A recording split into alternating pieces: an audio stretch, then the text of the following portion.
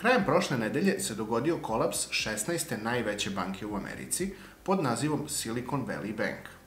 Teoretičari zavere su požurili da kažu kako treba da podignemo sav novac iz banaka, da je globalni finansijski sistem pred pucanjem i da je kripto jedino rešenje za neki održivi finansijski sistem u budućnosti. Međutim, da li je to baš tako? Da li je Silicon Valley Bank ona prva domina koja će oboriti ceo globalni finansijski sistem na kolena? I da li mi uopšte imamo razloga za brigu? Hajde da analiziramo kolaps ove banke i pronađemo odgovore na ova pitanja.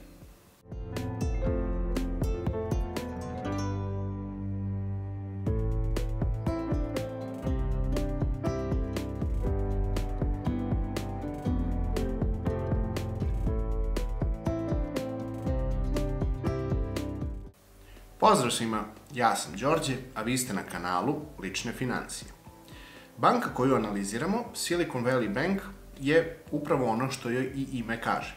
Fokusirana je na klijente iz Silicijumske doline, a to su uglavnom tehnološki start-upovi i agresivni fondovi koji investiraju u start-upove, takozvani venture capital fondovi. I ono što možemo da znamo jeste da je na 31. decembar procenjeno stanje depozita u ovoj banci iznosilo negde oko 175 milijardi dolara. Kao što znamo, model banke se fokusira najčešće na dve stvari. Prikupljanje depozita od štediša i da kažemo drugih klijenata sa jedne strane i potom plasiranje tih sredstava kroz kredite ili kroz neke investicije sa druge strane, gde je prinos od tih kredita i investicija veći od onoga što se isplaćuje štedišama na štedne depozite. I Silicon Valley Bank se uopšte ne razlikuje od, da kažemo, normalnog modela banke. Rukovodstvo ove banke je donelo odluku da većinu novca investira u obveznice. I to uglavnom u hipotekarne obveznice, čiji je emitent Federalna agencija, i ove obveznice nose minimalan kreditni rizik, što znači da skoro i ne postoji rizik da Amerika kao država neće vratiti svoje obaveze po ovim obveznicama. Ako vas zanima šta su hipotekarne obveznice, preporučio bih vam da pogledate analizu filma Big Short i tu će vam sve biti objašnjeno do detalja. Uglavnom, greška u ovom slučaju kod Silicon Valley banke je bila to što je banka donela odluku da sa većinom sredstava kupi obveznice sa dužim rokom do dospeća i to najčešće sa rokom do dospeća preko 10 godina. S obzirom da ove obveznice nose najviše prinosa. Kod obveznica važi pravilo što je duži rok do dospeća, to bi i prinos trebalo da bude viši. Ovo je uglavnom u teoriji tačno, mada nekad postoje neka odstupanja, ali o tome ćemo drugom prilikom. Uglavnom, banka nije napravila miks i kupila malo obveznica do 3 meseca, pa malo obveznica sa rokom do 6 meseci, pa malo obveznica do 12 meseci i tako redom. U suštini, nastalo je neslaganje između obaveza banke prema klijentima koji su postavili svoj depozit sa jedne strane i sa druge strane rokova dospeća investiranih sredstava.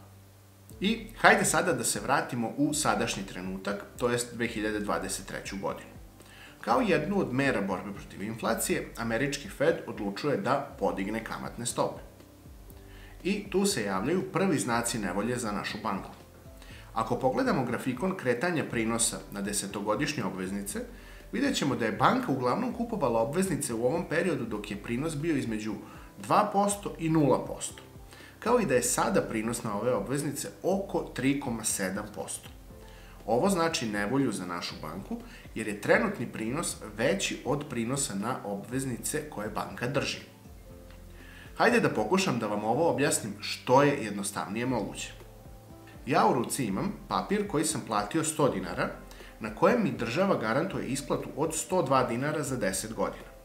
A onda se pojavi neko drugi, koji drži drugi papirić, koji je isto koštao 100 dinara, na kojem ista ta država garantuje isplatu od 105 dinara za 10 godina.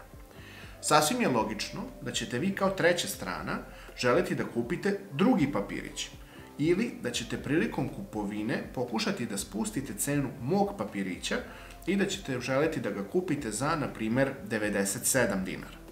Da se razumemo, Ovaj problem ne postoji za banku ukoliko banka može da čeka 10 godina i da jednostavno sačeka tu obveznicu da ona stigne do svog dospeća. Međutim, kao što smo rekli, banka ima problem neusaglašenosti investiranih sredstava i potreba depozitara, odnosno ima ugroženu likvidnost. I ovo će značiti da banka ne može da čeka da obveznice stignu do svoje ročnosti jer joj treba novac odmah. Znači, banka je bila prisiljena da prodaje svoj portfolio obveznica uz gubitak. I ovo ne bi nužno bio problem, banka bi ostvarila gubitak i smanjeni profit za ovu godinu, ali bi preživela. Međutim, šta se dešava ukoliko klijenti banke krenu da povlače svoj novac agresivnije? Pa tada nastaje stampedo i banka će morati sve brže i brže da prodaje svoje obveznice uz sve veće gubitke kako bi isplatila depozite. Dodatno, većina depozita u banci su bili od strane korporativnih klijenata koji su imali preko $100.000 na svojim računima. Kada bi samo par ovakvih klijenata povuklo svoj novac, to bi bio značajan udarac za banku. Kako bi smirio svoje poverioce, izvršni direktor banke je izašao u medije i apelovao na sve da ostanu mirni i da u banci ima novca za sve. Osim ukoliko svi pohrle da izvuku svoj novac odmah. Ovo uopšte nije bio dobar znak za sve poverioce banke i svi su pohitali da što pre izvuku svoj novac. I banka je isplaćivala sve dok je mogla, dok je imala sredstava, ali je u jednom momentu morala da obustavi isplate. I nekolicina klijenata je zapravo ostala u situaciji da je njihov novac zarobljen u banci. Prema poslednjim informacijama, Američka agencija za osiguranje depozita će uskočiti i vratiti klijentima novac do osigurane sume. Ali je gotovo izvesno da američka vlada neće dati novac da se banka izvuče, to jest neće se dogoditi takozvani bailout, već će banka otići u stečaj i vrlo verovatno nestati. A što se tiče finansijskog sistema, pre svega američkog, a potom i svetskog, smatram da ovaj događaj neće poremetiti globalni finansijski sistem. Možda će u kraćem periodu cene akcija banaka pasti, zbog toga što će sada ljudi krenuti da ispituju koliko su banke likvidne i tako dalje, ali smatram da u dužem roku ovo nije razlog za brigu. Da je ovo izolovani događaj, pre svega banke koja je pogrešno procenila potrebe svojih klijenata, ali takođe možda bila i nešto pohlepnija i želela u pozadini da ostvari više prinose tako što će kupovati dugoročnije obveznice.